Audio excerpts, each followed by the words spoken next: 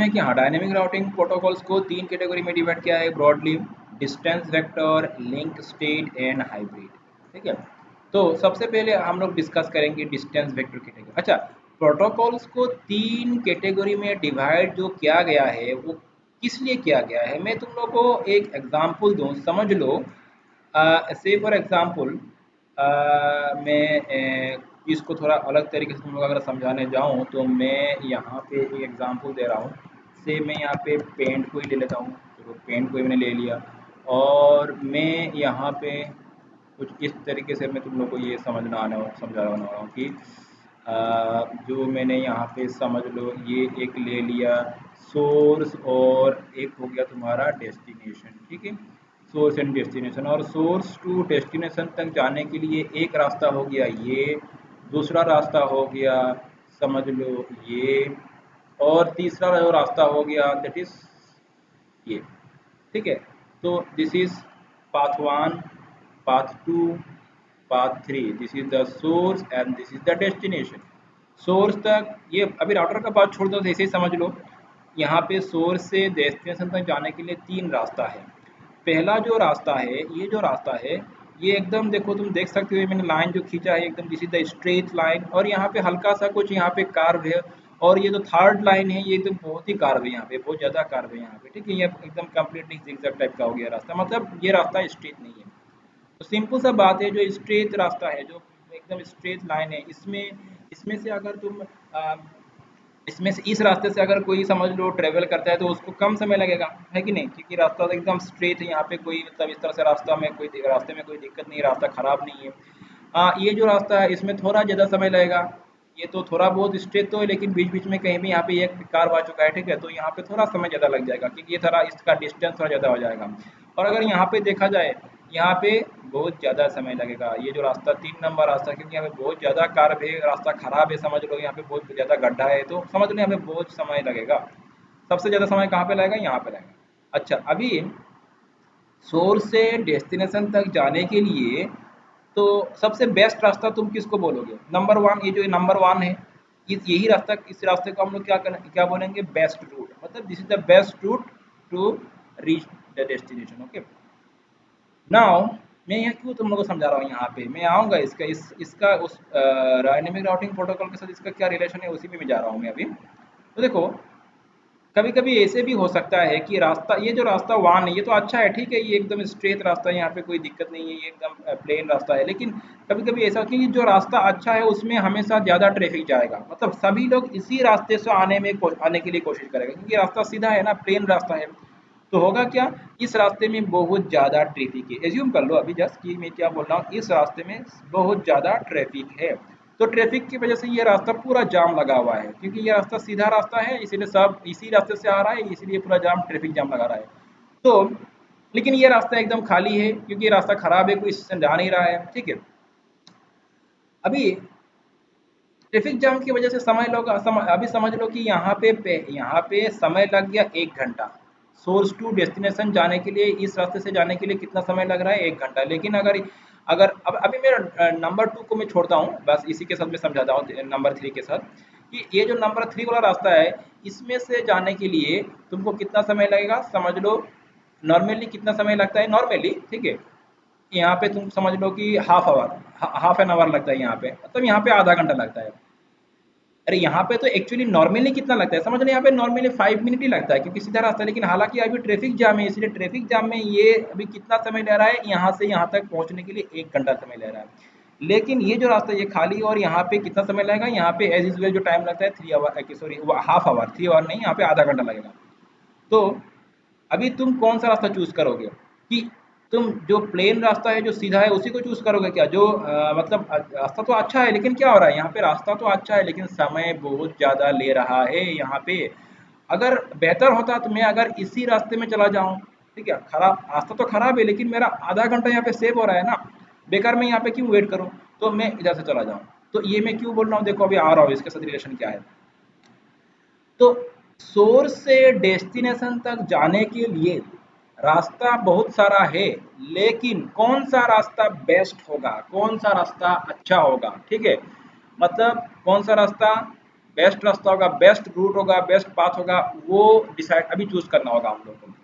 अभी हम लोग ये जो कॉन्सेप्ट, ये जो हम लोग यहाँ पे डिस्कस कर रहे हैं, ये जो यहाँ पे मैंने तुम लोग को ये इसमें समझा रहा हूँ, ये इसको अगर तुम नेटवर्किंग मतलब ये जो हम लोग का डायनेमिक प्रोटोकॉल के साथ अगर इसको रिलेट करो तो कैसे होता है, समझ लो ये एक राउटर है, ये और एक राउटर है, समझ लो ये एक राउटर है और ये और एक राउटर है।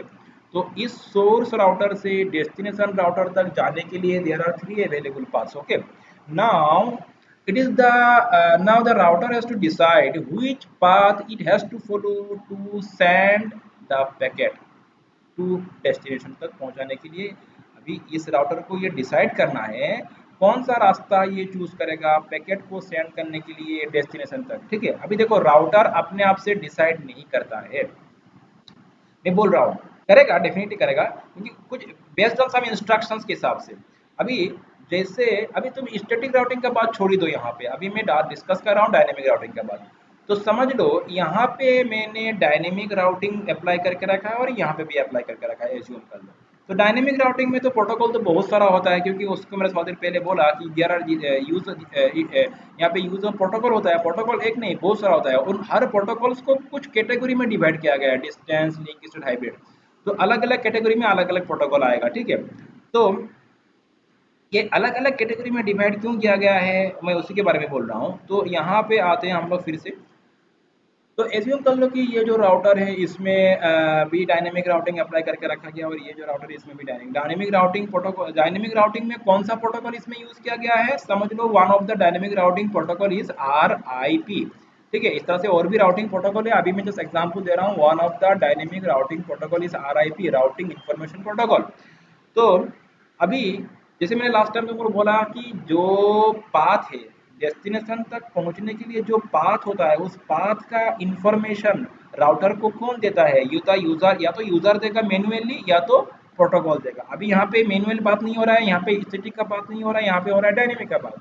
तो सीधा सा बात है, यहाँ पे सोर्स से डेस्टिनेशन तक जाने के लिए 3 अवेलेबल पाथ है।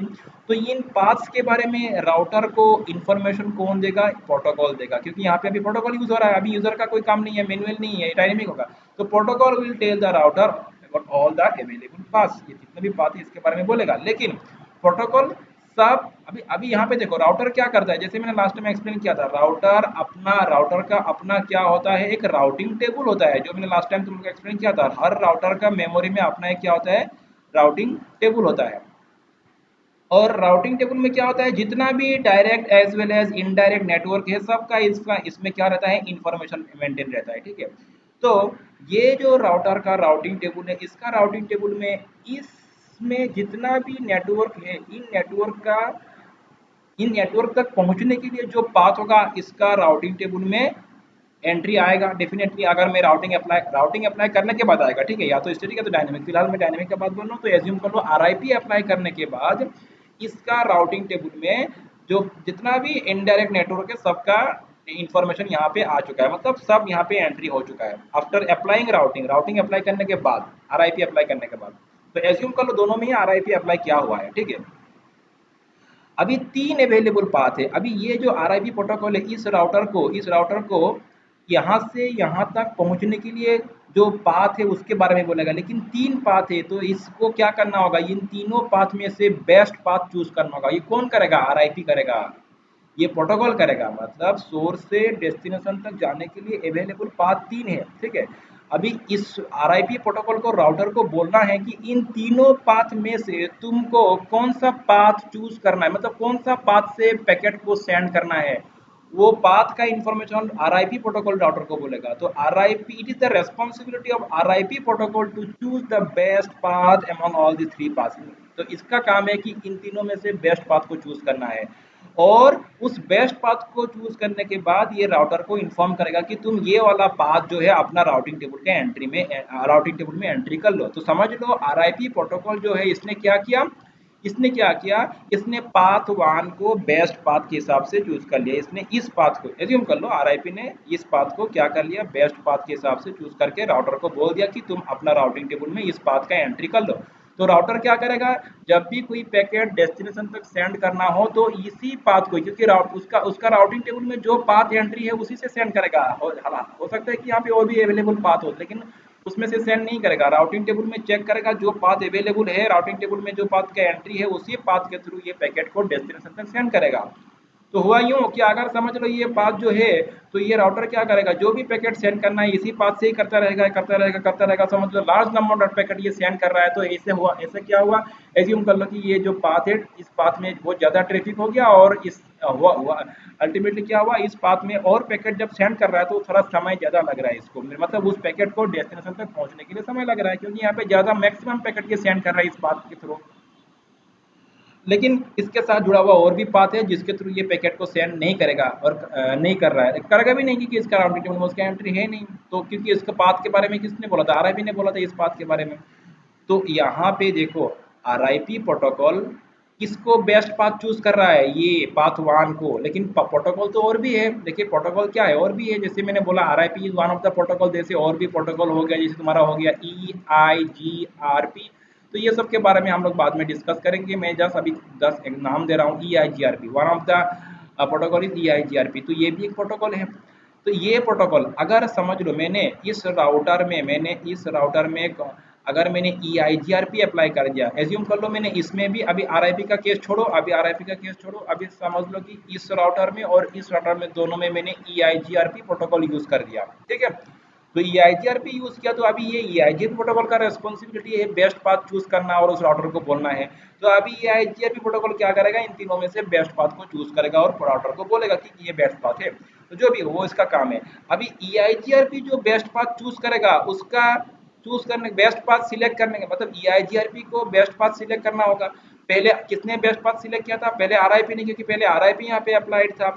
अच्छा, अभी बेस्ट पाथ सिलेक्शन का जो तुम्हारा मतलब किस तरह से ये आरआईपी किस फैक्टर के ऊपर बेस करते हुए बेस्ट पाथ को सिलेक्ट करता है, और EIGRP किन किन फैक्टर के ऊपर बेस करते हुए बेस्ट पाथ को सिलेक्ट करता है। दोनों का बेस्ट पाथ सिलेक्शन जो प्रोसीजर है वो थोड़ा अलग अलग है। इसका बेस्ट पाथ सिलेक्शन करने का जो प्रक्रिया है वो अलग होगा, इसका बेस्ट पाथ सिलेक्शन करने का जो प्रक्रिया है वो अलग होगा। ये आरआईपी बेस्ट पाथ सिलेक्ट करने के लिए क्या देखता है, ठीक है, और EIGRP बेस्ट पाथ सिलेक्ट करने के लिए क्या देखता है, दोनों का देखने का तरीका अलग होगा। देखो मैं टेक्निकल वे में नहीं समझा रहा हूँ, कुछ इस तरह से समझा रहा कि तुम लोग समझ में आए, इसीलिए थोड़ा बेसिक लेवल में समझा रहा हूँ चीजों को। तो आरआईपी क्या करता है, आरआईपी समझ लो, आरआईपी बेस्ट पाथ सिलेक्ट करने के लिए क्या देखता है, मैं जैसे इसे बोल रहा हूँ अभी समझ लो। आरआईपी क्या देखता है कि कितना जंक्शन पॉइंट है, समझ लो यहाँ पे एक क्या है, जंक्शन पॉइंट, मतलब बीच में एक क्या है, स्टॉपेज है। समझ लो क्या यहाँ पे क्या है बीच में, ये जो रास्ता है इस रास्ते में क्या है, बीच में एक स्टॉपेज है, ठीक है। एंड इसमें समझ लो एक स्टॉपेज है, ठीक है, कोई बात नहीं। और ये जो रास्ता है इसमें कितना स्टॉपेज है, इसमें समझ लो 2 स्टॉपेज है। इस रास्ते में कितना स्टॉपेज है, बीच में 2 स्टॉपेज, ठीक है। तो जैसे मैंने पहले बोला था प्लेन पाथ का बात, अभी प्लेन पाथ छोड़ो, अभी मैं बोल रहा हूँ, अभी समझ लो तीनों ही क्या है, प्लेन है। तीनों ही रास्ता क्या है, एज्यूम कर लो ये भी रास्ता प्लेन है, ये भी प्लेन है, ये भी प्लेन है। अभी मैं बोल रहा हूँ क्या, स्टॉपेज के बाद बोल रहा हूँ। तो तीनों ही सेम ऑलमोस्ट प्लेन पाथ है, लेकिन इसमें एक स्टॉपेज है, इसमें 2 स्टॉपेज है, और इसमें समझ लो 3 स्टॉपेज है। इस पाथ में कितना स्टॉपेज है, 3। तो आरआईपी क्या करता है, आरआईपी कौन सा पाथ को बेस्ट पाथ सिलेक्ट करता है, वो देखता है जिस पाथ में स्टॉपेज सबसे कम होगा उसी को आरआईपी क्या करता है, बेस्ट पाथ सिलेक्ट करता है। हो सकता है कि यहाँ पे तुम्हारा, अच्छा ठीक है, ये बस समझ में आ चुका है कि आरआईपी कौन सा पाथ को बेस्ट पाथ सिलेक्ट करेगा, the path which will be having the lowest number of stoppage, okay. So RIP path 1 को बेस्ट पाथ सिलेक्ट करके राउटर को बोल देगा। ये तो आरआईपी का केस हुआ, लेकिन EIGRP जब बेस्ट पाथ सिलेक्ट करता है तो वो क्या देखता है, तो EIGRP जब बेस्ट पाथ सिलेक्ट करता है वो सिर्फ स्टॉपेज नहीं देखता है, वो स्टॉपेज के अलावा और भी कुछ चीजें देखेगा, क्या देखेगा कि समझ लो ये EIGRP है वो स्टॉपेज भी देखेगा कि कितना स्टॉपेज है वो भी देखेगा, साथ साथ वो ये भी देखेगा ये जो पाथ है तीनों में से जो भी हो कौन सा पाथ में ट्रैफिक ज्यादा है, स्टॉपेज भी देखेगा। प्लस क्या देखेगा, ट्रैफिक, कौन सा पाथ में ट्रैफिक ज्यादा है वो भी देखेगा। प्लस ये भी देखेगा कि कौन सा पाथ, समझ लो ये रास्ता, समझ लो एज्यूम कर लो ये जो रास्ता है इसका थोड़ा जो विड्थ है थोड़ा कम है, समझ लो इसका विड्थ कितना है, कम है। समझ लो ये तुम्हारा इसका विड्थ कम है, और समझ लो यहाँ पे इतना, ये इतना चौड़ा रास्ता है और ये इतना चौड़ा रास्ता है, ठीक है। तो यहाँ पे एक साथ 3-4 कार, अभी मैं कार का बात बोल रहा हूँ तो तुम समझ सकते हो, जैसे एग्जांपल के लिए मैं समझा रहा हूँ। ये समझ लो ये जो रास्ता ये ज्यादा चौड़ा है, तो यहाँ पे समझ लो 3-4 कार एक साथ जा पाएगा, ये थोड़ा कम चौड़ा है तो यहाँ पे एक कार एक ही बार में जा पाएगा, ठीक है। दो तीन कार एक ही लाइन में जा नहीं पाएगा, तो डेफिनेट सा बात है ये चौड़ा है। तो यहाँ पे अगर मैं टेक्निकली बात करूँ तो यहाँ पे चौड़ा तो बात नहीं होता है, यहाँ पे क्या होता है बैंडविड्थ का बात होता है, कौन सा पाथ का बैंडविड्थ ज़्यादा है, ठीक है। तो EIGRP जो है वो पाथ का बैंडविड्थ भी चेक करता है। बैंडविड्थ मतलब पर सेकंड में कितना नंबर ऑफ पैकेट वो डाटा मतलब सेंड कर पाएगा। समझ लो ये अगर एक सेकंड में, इसी में एग्जांपल के लिए बोल रहा हूँ, अगर ये समझ लो एक सेकंड में 1 MB डाटा सेंड कर रहा है, तो ये एक सेकंड में 10 MB डाटा सेंड कर रहा है, तो इसका बैंडविड्थ ज़्यादा है ना। तो ये EIGRP प्रोटोकॉल जो है बैंडविड्थ भी देखता है, क्या देखता है, उसका बैंडविड्थ, उसका ट्रैफिक जाम है कि नहीं वो भी देखेगा, स्टॉपेज भी देखेगा, ये पाथ कितना रिलायबल है, मतलब तीनों का ही केस में बोल रहा हूँ, तीनों का ही ये सब चीज चेक करेगा, तीनों पाथ में से कौन सा ज्यादा रिलायबल है। रिलायबल का मतलब ये है कि अगर मैंने इस पाथ से पैकेट को सेंड कर दिया, तो ये जो पैकेट है पहुंच पाएगा कि नहीं पाएगा पूरा डेस्टिनेशन तक, वो मतलब इस बात को कितना ट्रस्ट कर सकते हैं। अगर पैकेट समझ लो जाते जाते अगर पैकेट कहीं पे लॉस्ट हो गया, समझ में आ रहा है ना, क्या समझ लो अगर रास्ता गड्ढा है, तो गड्ढा होने से क्या होगा, अगर गाड़ी इधर से जा रहा है तो गड्ढा बहुत बड़ा बड़ा गड्ढा है, तो गड्ढे में गिर के गाड़ी खराब हो सकता है, गाड़ी का टायर पंक्चर हो सकता है, तो वो तो मतलब क्या है, वो रास्ता रिलायबल नहीं है। तो अभी गड्ढे का बात नहीं हो रहा है, अभी ये ट्रैफिक, ये जो रास्ता है इस रास्ता कितना रिलायबल है, वहाँ पे पैकेट लॉस्ट होगा क्या, पैकेट अगर लॉस्ट नहीं हो रहा है, पैकेट जैसे मैंने छोड़ा वैसे ही पैकेट डेस्टिनेशन तक पहुंच रहा है कि नहीं पहुंच रहा है, मतलब ये रिलायबिलिटी का बात हो रहा है, ठीक है। सेकेंडली यहाँ से यहाँ तक पैकेट को सेंड करने में कितना टाइम लगेगा, टाइम का भी बात आ रहा है यहाँ पे। देखो EIGRP कितना चीजों को देखते हुए ये बेस्ट पाथ को सिलेक्ट करता है, इन हर चीजों को देखते हुए ये क्या देखता है, ये पाथ का बैंडविड्थ, ये पाथ का तुम्हारा स्टॉपेज, अभी यहाँ पे अभी नेटवर्किंग के बोले तो यहाँ पे स्टॉपेज नहीं, इसको बोलते हैं होप काउंट बोलते हैं, मैं बाद में समझाऊंगा होप काउंट क्या है। तो ये होप काउंट चेक करता है, बैंडविड्थ चेक करता है, टाइम, डिले, लेटेंसी, बहुत सारा चीजें, रिलायबिलिटी, ये सब चीजों के ऊपर बेस करते हुए तीनों में से ये बेस्ट पाथ को चूज करेगा, कौन, ये बेस्ट पाथ को सिलेक्ट करेगा EIGRP। वेयरएज इन RIP क्या करता है, ओनली क्या देखता है, स्टॉपेज। अभी अगर मैं नेटवर्किंग का कॉन्सेप्ट से बोलूँ, CCNA का कॉन्सेप्ट से बोलूँ, तो यहाँ पे स्टॉपेज का मतलब राउटर, यहाँ पे बात हो रहा है राउटर का। इस पाथ को जाने के लिए इधर इस पाथ से अगर पैकेट को फॉरवर्ड करें तो बीच में एक राउटर मिलेगा, इस पाथ से अगर पैकेट को फॉरवर्ड करें तो बीच में दो राउटर, तो इसमें बीच में तीन राउटर। तो राउटर मतलब होप, इसका बात होगा होप, इसको बोलते हैं होप। तो इसका होप काउंट कितना है, इसका होप काउंट 1, इसका होप काउंट, इस पाथ का होप काउंट कितना है 2, क्योंकि यहाँ पे दो राउटर है इस पाथ में। इस पाथ का होप काउंट कितना है 3, क्योंकि इसमें तीन राउटर है, जितना number of router that is the hope count. तो RIP क्या करता है, होप काउंट देखता है, RIP only see the hope count, ये कितना होप काउंट है, जब जिसका सबसे कम होप काउंट उसी को ये बेस्ट पाथ चूज करेगा, सिलेक्ट करेगा। लेकिन EIGRP सिर्फ होप काउंट ही नहीं, होप काउंट के अलावा ये बाकी सब चीजों को देखते हुए बेस्ट पाथ को सिलेक्ट करता है। So you can say that EIGRP is advance protocol, इसका डिसीजन का जो प्रक्रिया है वो बहुत ही एडवांस है, ये एडवांस प्रोटोकॉल है, ये इतना एडवांस नहीं है, ठीक है। तो देखो ये जो बेस्ट पाथ सिलेक्शन करने का दोनों का जो प्रक्रिया अलग अलग है, तो इसी के हिसाब से डिस्टेंस वेक्टर में जो भी प्रोटोकॉल आता है उसका बेस्ट पाथ सिलेक्शन प्रक्रिया अलग होता है। लिंक स्टेट में जो भी प्रोटोकॉल आता है उसका बेस्ट पाथ सिलेक्ट करने का जो प्रक्रिया वो अलग होता है। और हाइब्रिड जो प्रोटोकॉल कैटेगरी है इसमें जो प्रोटोकॉल आता है उसका बेस्ट पाथ सिलेक्ट करने का जो प्रक्रिया वो अलग होता है, ठीक है। डेफिनेट सा बात है, ये जो हाइब्रिड वाला है, ये जो इसका बेस्ट पाथ सिलेक्शन करने का जो प्रक्रिया है वो थोड़ा एडवांस्ड है। सबसे कम एडवांस मतलब सबसे वीक तरीका किसका है, इसका है। डिस्टेंस वेक्टर में जो भी प्रोटोकॉल आ रहा है उसका बेस्ट पाथ सिलेक्ट करने का जो तरीका है वो एकदम ही मतलब अच्छा नहीं है बोल सकते हो। हाँ, अभी तो अच्छा नहीं है, अच्छा है वो सब बात अलग है, लेकिन कंपेयर अगर किया जाए तो इसका बेस्ट पाथ सिलेक्शन का जो प्रक्रिया है वो तुम वीक बोल सकते हो। सबसे बेस्ट किसका बोलेंगे, बेस्ट पाथ सिलेक्शन करने का प्रक्रिया जो है इसका है, ये इसका, क्योंकि ये सब फैक्टर को लेते हुए बेस्ट, यहाँ पे जितना भी प्रोटोकॉल आ रहा है, ये मल्टीपल फैक्टर को एक साथ लेते हुए बेस्ट पाथ को सिलेक्ट कर रहा है।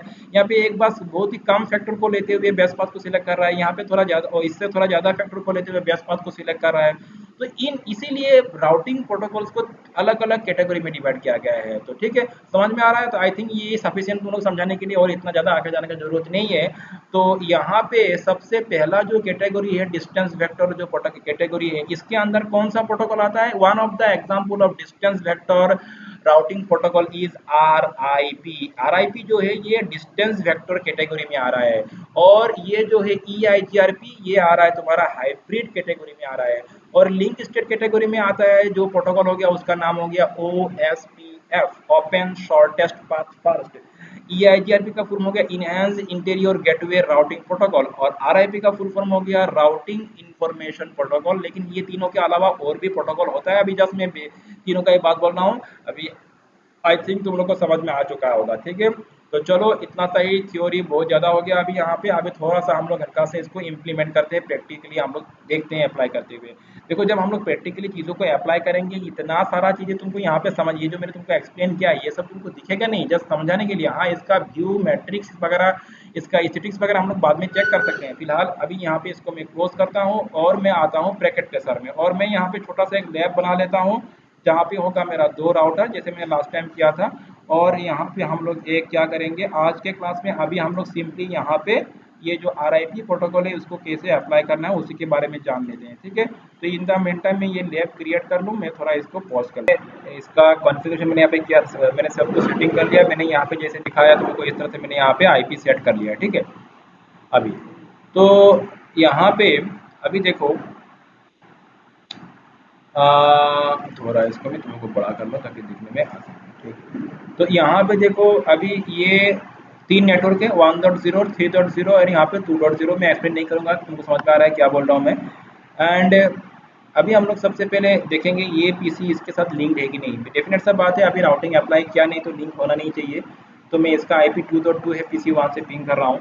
पिंग करते हैं 192.168.2.2। देखो रिप्लाई तो नहीं आ रहा है, डेस्टिनेशन हॉस्ट नीचे बुला रहा है, ठीक है। अच्छा, तो अभी करेंगे क्या हम लोग, यहाँ पे राउटिंग अप्लाई करेंगे। आज स्टैटिक राउटिंग नहीं, आज अप्लाई करेंगे dynamic. One of the dynamic protocol is the RIP। हम लोग डिस्टेंस वेक्टर का जो RIP प्रोटोकॉल है उस पर अप्लाई करते हैं। चलो तो राउटर 1 में चलते हैं, और यहाँ पे जाने के बाद इसका CLI मोड में जाएंगे और कॉन्फ़िग मोड में जाना है। सबसे पहले कॉन्फ़िग मोड में जाने के लिए RIP को अप्लाई करने के लिए लिखना पड़ेगा राउटर RIP, ठीक है। एंटर प्रेस करो, एकदम आसान है। बस उसके बाद लिखना है नेटवर्क, उसके बाद क्या लिखना है, नेटवर्क। क्या लिखना है, राउटर RIP। एंटर, मोड तुम्हारा थोड़ा चेंज होगा, और यहाँ पे देखो नेटवर्क लिखना है। और उसके बाद यहाँ पे क्या करना है, जो डायरेक्टली कनेक्टेड नेटवर्क है। जब हम लोग कोई भी डायनेमिक राउटिंग प्रोटोकॉल का प्रोटोकॉल अप्लाई करते हैं तो राउटर के, जो राउटर से जुड़ा हुआ जो डायरेक्टली कनेक्टेड नेटवर्क है, तो इसके लिए डायरेक्टली कनेक्टेड नेटवर्क कौन सा है, एक तो होगा 1.0, डेफिनेट सा बात है, और यहाँ पे 3.0। तो बस वही डायरेक्टली डायरेक्टली कनेक्टेड नेटवर्क का ही आपको तुमको मेंशन करना है। जैसे 1.0 हो गया और सेकंड हो गया 3.0, बस इतना सा ही काम है। यहाँ पे RIP अप्लाई हो गया, इस राउटर के लिए हो गया। अभी चलते हैं हम लोग सेकंड राउटर के लिए। यहाँ पे इसका डायरेक्टली कनेक्टेड नेटवर्क क्या होगा, 2.0 एंड 3.0। सो यहाँ पे चलते हैं और यहाँ पे आएंगे CLI में जाएंगे, इसका कॉन्फ़िग मोड को एक्सेस करते हैं और यहाँ पे लिखेंगे राउटर RIP। एंटर, फिर वही नेटवर्क लिखना है तुमको यहाँ पे, और डायरेक्टली कनेक्टेड नेटवर्क, एक हो गया तुम्हारा 2.0 और दूसरा हो गया 3.0। That's all. अच्छा, हम लोगों ने यहाँ पे इतना सा ही काम है अप्लाई करने का, तो सक्सेसफुली अप्लाई हो चुका है। एक सेकेंड है। ओके, तो क्या बोल रहा था, देखो ये हो चुका है, इतना सा ही काम है। राउटिंग अप्लाई हो चुका है। तुम चाहे तो इसका राउटिंग टेबल चेक कर सकते हो शो IP रूट लगाते हुए, शो IP रूट। और अगर मैंने राउटिंग अप्लाई कर दिया तो देख सकते हो यहाँ पे इसके राउटर, अभी हम लोग कौन सा राउटर, राउटर 1, ये राउटर 1, ये राउटर 0 है, ठीक है। यहाँ पे राउटर 0 देख सकते हो, ये राउटर 0 और ये राउटर 1। तो राउटर 1 जो है, राउटर 1 का राउटिंग टेबल चेक करो। राउटर 1 के लिए इसका डायरेक्टली कनेक्टेड नेटवर्क एक हो गया 2.0 इज डायरेक्टली कनेक्टेड, और secondly 3.0 is directly connected, but 1.0 Bhaya this कहाँ से आ रहा है, आर मतलब RIP। मैंने अभी क्या अप्लाई किया, RIP। समझ में आ रहा है बात। तो इसके लिए 1.0 जो इनडायरेक्ट नेटवर्क है वो यहाँ पे आके एंट्री हो चुका है। तुम ध्यान देख सकते हो, इनडायरेक्ट नेटवर्क इसका राउटिंग टेबल में आके एंट्री हो चुका है। किसने बोला, आर ने बोला। आर मतलब RIP ने बोला इस बात के बारे में, इस राउटर को। क्योंकि इनडायरेक्ट नेटवर्क का तो मैंने यहाँ पे मेंशन नहीं किया, जब मैंने अप्लाई किया था मैंने डायरेक्ट नेटवर्क का ही मेंशन किया था।